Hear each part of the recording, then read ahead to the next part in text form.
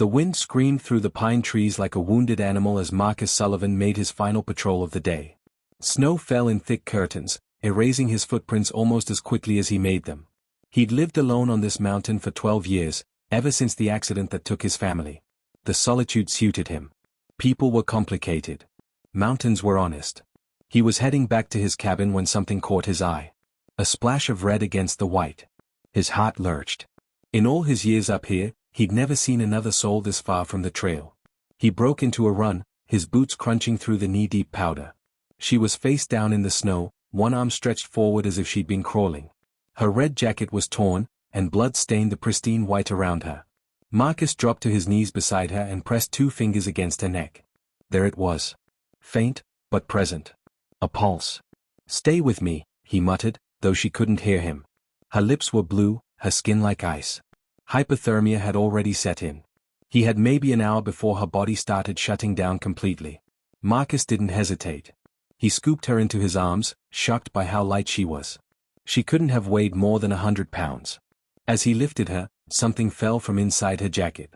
A photograph, laminated and worn at the edges. He grabbed it quickly, stuffing it into his pocket, then began the trek back to his cabin.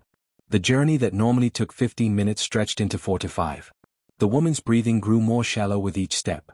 Marcus talked to her the whole way, his voice steady despite the panic rising in his chest. "You're going to make it. I've got you. Just hold on." When he finally kicked open his cabin door, he went straight to work. He'd been a paramedic once, in another life. The training came flooding back. He stripped off her wet clothes with clinical efficiency, wrapped her in every blanket he owned, and started a fire that roared to life in seconds. Her core temperature was dangerously low. He filled hot water bottles and placed them carefully around her body, avoiding direct contact that could shock her system. Then he sat beside her, monitoring her pulse, watching the shallow rise and fall of her chest. Hours passed. The storm outside intensified, rattling the windows and howling down the chimney. Marcus made coffee he didn't drink and checked her vital signs every 10 minutes. Around midnight, her eyelids finally fluttered. "Easy," he said softly as she tried to sit up. "You've been through hell. You need to stay still." Her eyes were green, he noticed.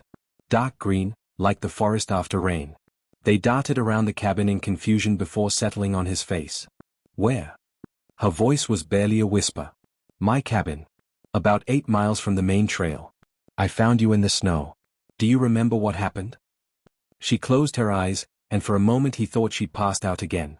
Then she spoke, and her words made his blood run cold. "They're looking for me. They'll kill you if they find me here." Marcus felt the weight of the photograph in his pocket. He'd looked at it earlier, while she was unconscious. A little girl, maybe 5 years old, with the same green eyes and dark hair. The child was smiling, holding a stuffed rabbit. "Who's looking for you?" he asked. She turned her face away. "You should have left me in the snow." That wasn't an option. It should have been. Tears tracked down her cheeks. "My name is Sarah. Sarah Chen. And if you help me, you'll wish you'd never found me." Marcus had spent 12 years running from his past, hiding in these mountains from memories too painful to face. He'd convinced himself that isolation was safety, that caring about nothing meant nothing could hurt him again. But looking at this broken woman, remembering the photograph of the little girl, he felt something shift inside him. "Tell me everything," he said. Sarah's next words would shatter the careful life he'd built. But in that moment, watching the firelight dance across her frightened face, Marcus Sullivan made a choice. He wouldn't run this time. Whatever she was facing, whatever danger was coming up that mountain, he would stand and fight. He just didn't know yet how much it would cost him. Sarah didn't speak for a long time. She stared at the fire, her hands trembling despite the blankets wrapped around her. Marcus could see her weighing her options, deciding how much truth to share with a stranger who'd saved her life. Finally, she took a shaky breath. "My daughter's name is Emma," she began. "She's 6 years old. She loves butterflies and strawberry ice cream and bedtime stories. She laughs when it rains." Sarah's voice cracked. "I haven't seen her in 3 weeks." Marcus pulled the photograph from his pocket and held it out. Sarah's composure shattered completely. She clutched the picture to her chest, sobbing so hard her whole body shook. He waited, giving her the time she needed. "They took her," Sarah finally continued. "My husband. His family. They took Emma and they're never giving her back." "Your husband took your own daughter?" Marcus asked carefully. There are laws. Courts. You could. You don't understand. Sarah's laugh was bitter. My husband is David Chen. His father is Raymond Chen. Does that name mean anything to you? It did. Even living off the grid, Marcus had heard of Raymond Chen. The billionaire tech magnate who'd built an empire on artificial intelligence and data mining. A man whose wealth bought silence, whose influence reached into every corner of power. I didn't know who they really were when I married David, Sarah said. I thought I was marrying a brilliant software engineer with a complicated family. I didn't realize I was marrying into something else entirely. She told him everything then. How she discovered what the Chen family really did behind their legitimate business. How they sold surveillance technology to authoritarian regimes. How their AI systems tracked dissidents, predicted protests, helped governments crush freedom before it could spread. She'd found files, recordings, evidence of deals that violated international law. David said it was just business, Sarah whispered. He said I didn't understand the complexities of the global market. But I understood perfectly. They were helping dictators hunt their own people. When she'd threatened to go to the authorities, the family had acted swiftly. They'd used their connections to paint her as mentally unstable.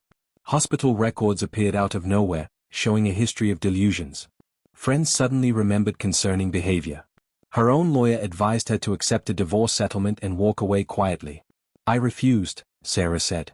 I thought the truth mattered. I thought justice existed. So they took Emma. The courts gave David full custody based on fabricated psychiatric evaluations. I was granted supervised visitation once a month, and even that was conditional on me undergoing treatment. But Sarah hadn't given up. She'd spent months gathering new evidence, building a case that couldn't be dismissed. She'd found a journalist willing to listen, a federal prosecutor who believed her. She was supposed to meet them both yesterday in Denver, carrying a hard drive with everything she'd collected. I was driving through the mountains when they ran me off the road, she said. 2 black SUVs, no plates. They forced me into the guardrail. My car went over the edge and rolled 3 times before it stopped. I managed to crawl out, but they were coming down the slope after me. So I ran. She'd climbed higher into the mountains, knowing the storm would cover her tracks. The men had followed for a while, but eventually the weather forced them back. Sarah had kept climbing until her body gave out, until the cold and her injuries dragged her down into the snow. The hard drive was in my car, she said, despair thick in her voice. Everything I gathered, all the proof. It's gone. And now they know I was going to expose them. They'll make sure I never get near Emma again. If I'm lucky, they'll just have me committed. If I'm not. She didn't finish the sentence. She didn't need to. Marcus stood and walked to the window. The storm showed no signs of letting up. Snow piled against the glass, and visibility was near zero. No one would be searching in this weather. They had time, but not much. What if the hard drive survived? He asked. Sarah shook her head. The car fell 200 feet. It burned. I saw the flames. Fires don't destroy everything. And you said it rolled. Maybe the drive was thrown clear. Maybe there's something left. It's impossible. The cliff, the weather, the men who are looking for me. Would never make it. Marcus turned to face her. I know these mountains better than anyone alive. I know places to hide, routes no one else could follow. And I know something about being hunted. Sarah studied his face, seeing something there that made her sit up straighter. You were military. Army Ranger. 2 tours in Afghanistan. Then a decade as a paramedic. He didn't mention what came after. The fire. The screams. The graves he visited once a year, when grief dragged him down from his mountain sanctuary. Why would you risk this? Sarah asked. You don't know me. Emma isn't your daughter. Marcus thought about that question. He thought about his own daughter, who would have been 9 years old now. About his wife, who died trying to save their child from a house fire Marcus hadn't been home to prevent. He thought about the guilt that had driven him into these mountains, the way he'd chosen loneliness over life because life hurt too much. Because you didn't give up on your daughter, he said simply. Because sometimes running away is the same as dying. And I'm tired of running. Sarah's eyes filled with tears again, but this time something else flickered there too. Hope. Fragile and desperate, but real. If we do this, Marcus continued, we do it my way. You follow my lead in the mountains. You trust me completely. And when we get that evidence, we don't run. We finish this. We bring them down. They're powerful, Marcus. They have resources you can't imagine. Maybe. But they don't have these mountains. And they don't have me. Outside, the storm raged on. Somewhere down that mountain, men were waiting for the weather to clear so they could continue their hunt. And somewhere in the wreckage of a burned car, evidence lay buried in snow and ash. Evidence that could save a little girl or condemn her mother forever. Marcus extended his hand. Sarah looked at it for a long moment, then reached out and clasped it firmly. Her grip was stronger than he'd expected. The grip of a mother who'd walked through fire for her child and would do it again. "We leave at first light," Marcus said. Sarah nodded. "Thank you. Don't thank me yet. This is going to get worse before it gets better." He had no idea how right he was. Marcus woke Sarah 3 hours before dawn. She'd slept fitfully, crying out twice from nightmares. He'd given her dry clothes from his emergency supplies, thermal layers, waterproof pants, a heavy jacket. Everything was too big, but it would keep her alive in the cold. "Eat this," he said, handing her a protein bar and hot coffee. "We've got a long day ahead." While Sarah forced down food her stomach didn't want, Marcus packed 2 backpacks with precision born from years of survival training. Emergency blankets, first aid supplies, flares, rope, water purification tablets, energy bars, and a satellite phone he'd sworn he'd never use. He also packed his hunting rifle and pistol, both cleaned and loaded. Sarah noticed the weapons. "You think we'll need those?" "Hope not. But hope isn't a strategy." He showed her how to use the pistol, making her practice the safety mechanism until her cold fingers could work it smoothly. You point, you breathe, you squeeze. No hesitation. If someone means you harm, you stop them. They set out while stars still pierced the pre-dawn sky. The storm had passed, leaving behind 3 feet of fresh powder that would make travel difficult but also cover their tracks. Marcus moved with the confidence of someone who'd walked these trails 1,000 times, adjusting his pace so Sarah could keep up. Her injuries slowed her down. She'd cracked ribs in the crash, and every breath was painful. Her left ankle was badly sprained. But she never complained, never asked to rest. She just kept moving, her jaw set with determination that reminded Marcus of soldiers he'd known. The ones who survived. "Tell me about Emma," Marcus said as they climbed. Talking would keep Sarah's mind off the pain and help him understand what they were fighting for. Sarah's face softened despite her exhaustion. "She's brilliant. Reading at a 4th grade level already. But it's not just that she's smart. She sees people. Really sees them. Last year, she used her birthday money to buy groceries for our neighbor, an old man she'd noticed eating the same can of soup for dinner every night. She sounds like her mother." "I hope so. I hope she remembers me as someone who fought for her, not as someone who abandoned her." They walked in silence for a while, the only sounds their breathing and the crunch of snow beneath their boots. The sun rose slowly, painting the snow golden and pink. In different circumstances, it would have been beautiful. Marcus led them along a narrow ridge that provided a view of the valley below. He pulled out binoculars and scanned the area where Sarah had gone off the road. 2 black SUVs were parked on the shoulder. 4 men in tactical gear moved through the trees, searching in a grid pattern. "They're professional," Marcus observed. "Military trained. They're working the area systematically." "Raymond has security consultants on permanent staff," Sarah said quietly. "Former Special Forces, CIA, private military contractors. Money buys the best." Marcus watched the men for another minute, noting their communication patterns, their weapons, how they moved through the terrain. He'd fought alongside men like this. He'd also fought against them. "We'll wait until they move further south, then we go down the north face. It's steeper, more dangerous, but they won't expect it." They waited 2 hours, watching the search team gradually move away from the crash site. When Marcus was satisfied, they began their descent. The north face was nearly vertical in places, requiring them to rappel down sections of rock using ropes Marcus had cached years ago in various locations throughout the mountains. Sarah's injured ribs made every movement agony, but she never faltered. She followed Marcus's instructions precisely, trusting him with her life as they navigated drops that would kill them if they made a single mistake. They reached the crash site just before noon. The car was worse than Marcus had imagined. It looked like a crushed soda can, blackened from fire, half buried in snow. The driver's side was completely caved in. How Sarah had survived was nothing short of miraculous. "Stay here and keep watch," Marcus told her, handing her the binoculars. "If you see anyone, 2 quick whistles. I'll come running." He approached the wreckage carefully, testing each step. The car had settled at the bottom of a small ravine, surrounded by rocks and fallen trees. He circled it twice, looking for the best entry point. The trunk had popped open in the crash.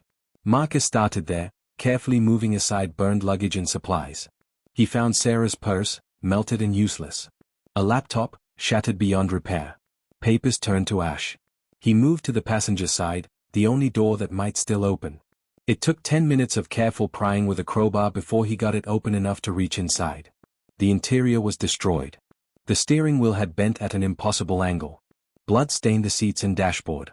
Marcus worked methodically, checking every compartment, every space where something small might have been thrown during the crash. He found nothing. The glove box was empty except for registration papers burned to illegibility. The center console held only melted plastic and twisted metal. He was about to give up when he noticed something.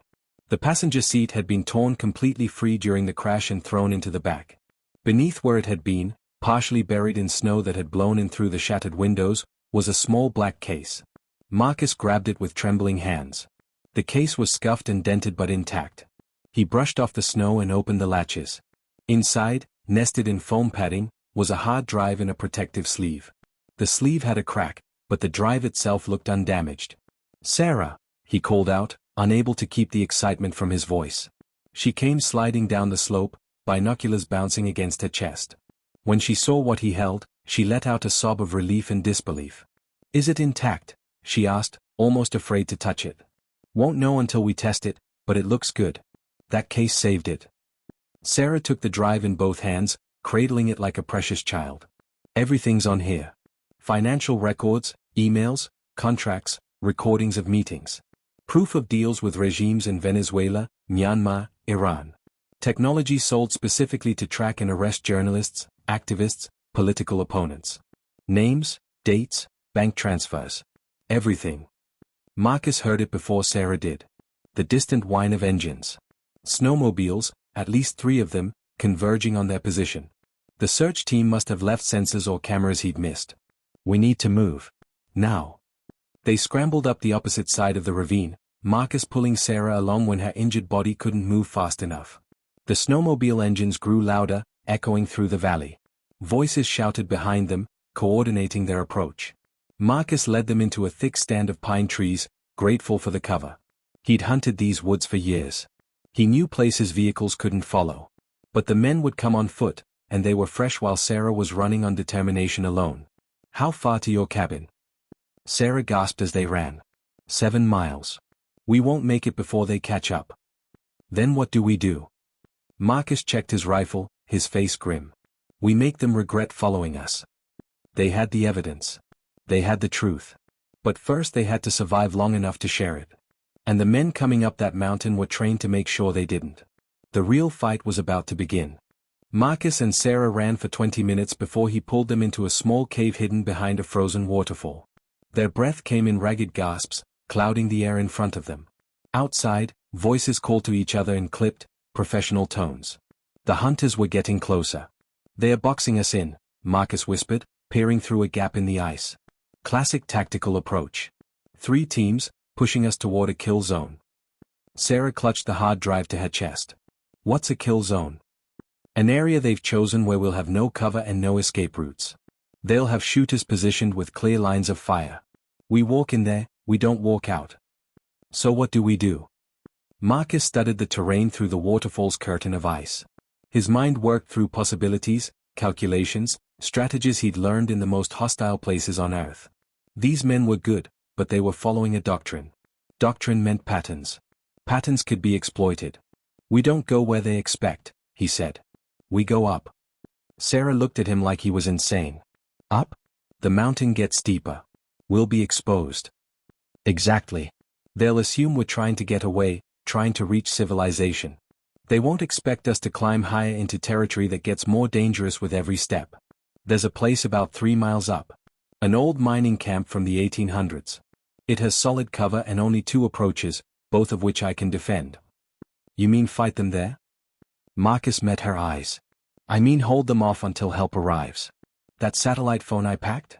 I'm calling in every favor I'm owed. Federal marshals, FBI, park rangers, even some guys I served with who live within driving distance. We just need to survive long enough for them to get here. How long? In this weather? 4 hours minimum. Sarah did the math in her head. 4 hours against trained killers in sub-zero temperatures with limited ammunition, and her body already pushed past its limits. The odds were terrible. But they were the only odds they had. "Tell me what to do," she said. They waited until the searchers had moved past their position, then began climbing. Marcus chose a route that stayed in the trees as much as possible, using rocks and shadows to mask their movement. Sarah's ribs screamed with every step, her ankle threatening to give out completely, but she kept moving. Twice they heard snowmobiles roaring past below them. Once they had to press themselves flat against a rock face while a helicopter swept overhead, its searchlight probing the forest. The Chen family wasn't holding back. They deployed serious resources to stop Sarah from reaching safety. "They're scared," Sarah said as they waited for the helicopter to pass. "The powerful only use this much force when they're terrified." "Good," Marcus replied. "Fear makes people sloppy." They reached the mining camp as the sun began its descent. The old structures were mostly collapsed, but the main building had stone walls that had withstood a century of mountain weather. Marcus had used it as a shelter before. He knew every entrance, every weak point, every advantage it offered. He positioned Sarah inside with the sat phone. "Start making calls. Federal authorities first, then anyone else you trust. Tell them where we are and what we have. Make them understand that if something happens to us, this story needs to get out." While Sarah made desperate phone calls to law enforcement agencies and journalists, Marcus fortified their position. He created obstacles at the two approaches, using fallen timber and rocks to funnel any attack into narrow channels. He found elevated positions where he could shoot from cover. He set up tripwires attached to old cans filled with stones that would alert them to movement. His military training came flooding back. He wasn't a soldier anymore, but the skills never left. The ability to read terrain, to think 3 moves ahead, to stay calm when death was closing in. He tried to leave that man behind on this mountain. Now he was grateful for every hard lesson that man had learned. Sarah emerged from the building, her face pale. "I reached an FBI agent named Torres. She knows about the Chen investigation. She's trying to mobilize a response, but the weather's working against us. She said 3 hours at best." Marcus nodded. "Then we hold for 3 hours." They didn't have to wait long. Just after sunset, Marcus's tripwire alarm rattled. 4 men emerged from the trees, moving with tactical precision. They wore white winter camouflage and carried military-grade rifles. One of them had a radio to his lips, coordinating with others Marcus couldn't see. "Federal agents." Marcus shouted. "This woman is under protective custody. Stand down." The response was a bullet that chipped stone 6 inches from his head. So much for negotiation. Marcus returned fire, placing his shots carefully. He wasn't trying to kill anyone, just make them reconsider their approach. His first round sparked off a rock near the lead man's feet. His second shattered a tree branch above another's head. The message was clear: "I can hit you if I choose to." The men retreated into cover, but Marcus knew this was just the beginning. They'd probe his defenses, test his reactions, look for weaknesses. Then they'd coordinate a real assault. "How many bullets do you have?" Sarah asked from behind him. 30 for the rifle. 15 for the pistol. Enough if I'm smart about it." The next attack came from 2 directions simultaneously. Marcus had anticipated this. He fired at the eastern approach, driving those men back, then spun and put 3 quick shots into the trees on the western side. He heard a curse and the sound of someone scrambling for better cover. But they were learning his patterns now. They'd noticed he was shooting to wound, not kill. That would make them bolder. He needed to change their calculations. When the next attack came, Marcus adjusted his aim.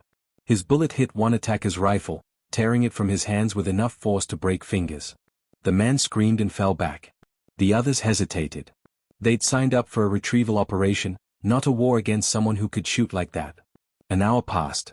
The attackers had pulled back to regroup, but Marcus could see movement in the trees. They were bringing up reinforcements. He counted at least 8 men now, maybe more. His ammunition situation was getting critical. Sarah had been trying the sat phone again. "Torres says they're coming. Helicopter and ground units. 45 minutes. 45 minutes. Marcus checked his ammunition. 20 rounds for the rifle. 12 for the pistol. He'd need every single one. The next assault was coordinated and brutal. They came from 3 sides at once, laying down suppressing fire that forced Marcus to keep his head down. He heard them getting closer, using the covering fire to advance. He popped up, fired twice, dropped back down as bullets hammered the stone around him. One man made it to within 20 yards before Marcus hit him in the leg. Another got even closer before Sarah, showing courage Marcus hadn't expected, leaned out and fired the pistol he'd given her.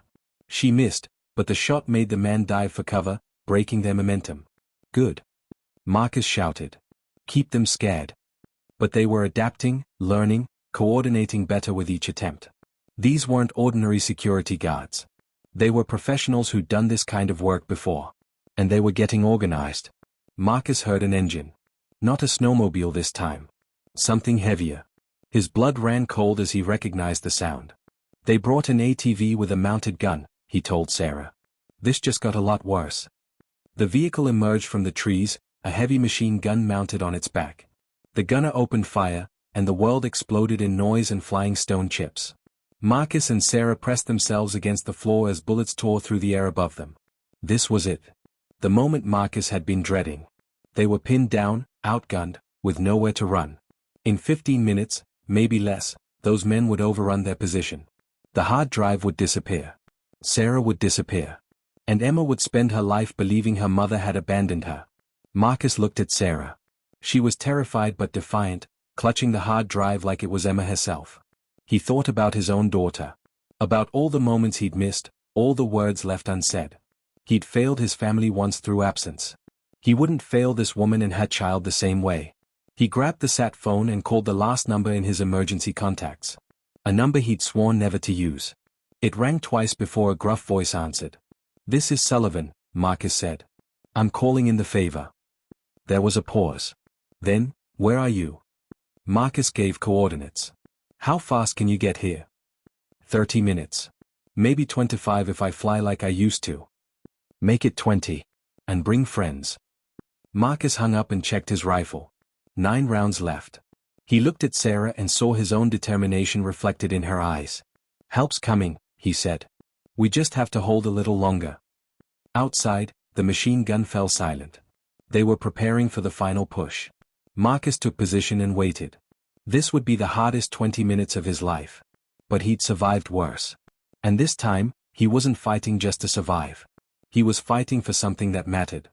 The machine gun on the ATV opened fire again, and the ancient stone walls shuddered under the impact. Chunks of rock exploded inward, filling the air with dust and fragments. Marcus pulled Sarah deeper into the building, into a corner where the walls were thickest. "They're trying to demolish our cover," he shouted over the gunfire. "When these walls come down, they'll rush us." Sarah's face was streaked with dust and blood from a cut on her forehead, but her eyes burned with fierce determination. She still clutched the hard drive. "How long until your friend arrives?" Marcus checked his watch. 18 minutes. That's a long time. It's an eternity. He grabbed his rifle and moved to a firing position. "But we've held this long. We can hold a little longer." The machine gun finally stopped. In the sudden silence, Marcus could hear his own heartbeat thundering in his ears. He knew what was coming next.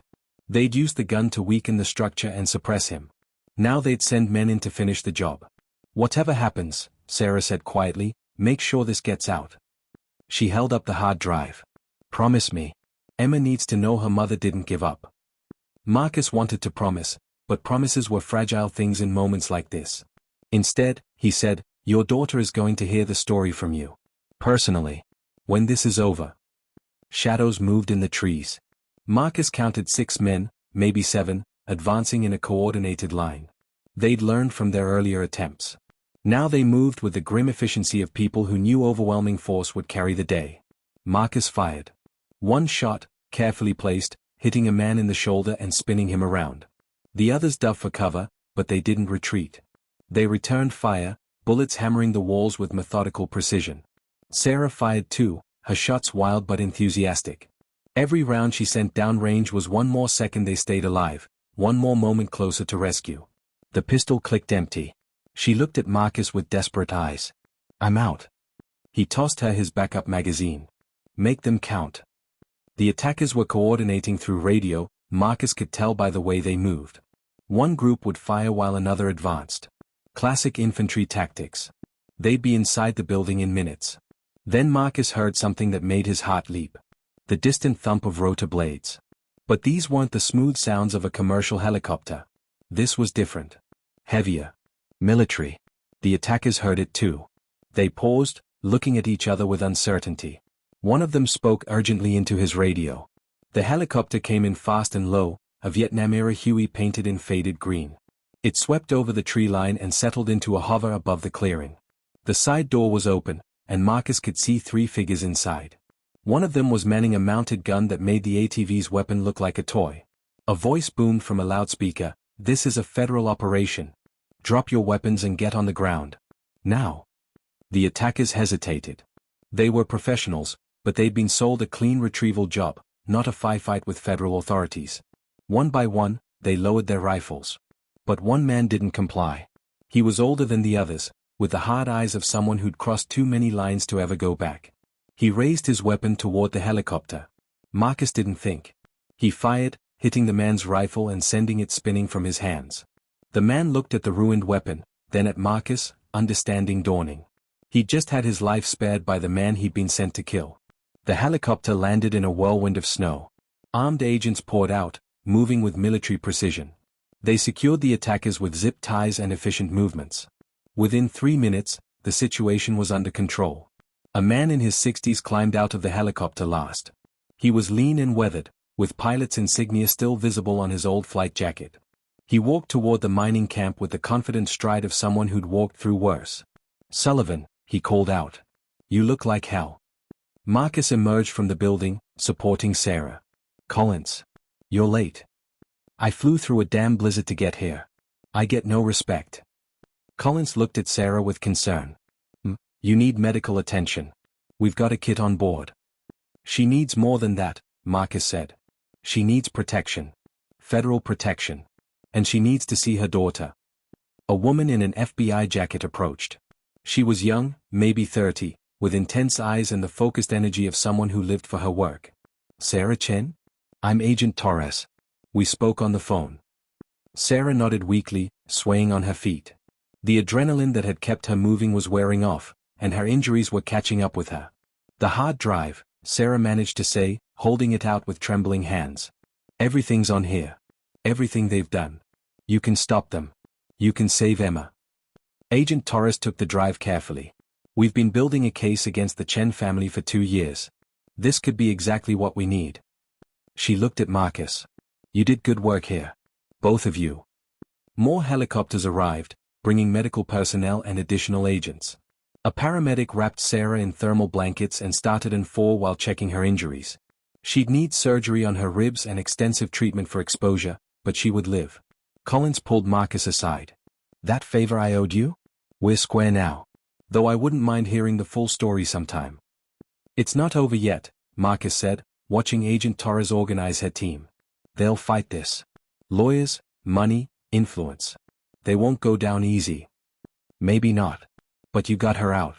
You got the evidence. That's more than most people would have done." Marcus thought about that. For 12 years, he'd lived alone on this mountain, convinced that isolation was the only way to survive his guilt. He'd believed that caring about nothing meant nothing could hurt him.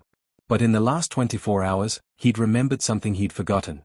That sometimes the only way to heal old wounds was to stop them from being inflicted on someone else. Agent Torres approached them. "Mr. Sullivan, we're going to need your statement. Probably several statements. This is going to be a major case." "Whatever you need," Marcus said. "But first, I need to know about Emma. The daughter. What happens to her?" Torres smiled. "Already in motion. We've got a team en route to the Chen estate with a court order. Emergency protective custody pending investigation. Emma will be with her mother by tonight." Sarah heard this from the stretcher where the paramedics were preparing to load her into a helicopter. Tears streamed down her face, but for the first time since Marcus had found her in the snow, they weren't tears of despair. "Thank you," she mouthed to him. Marcus nodded. Some things didn't need words. They flew.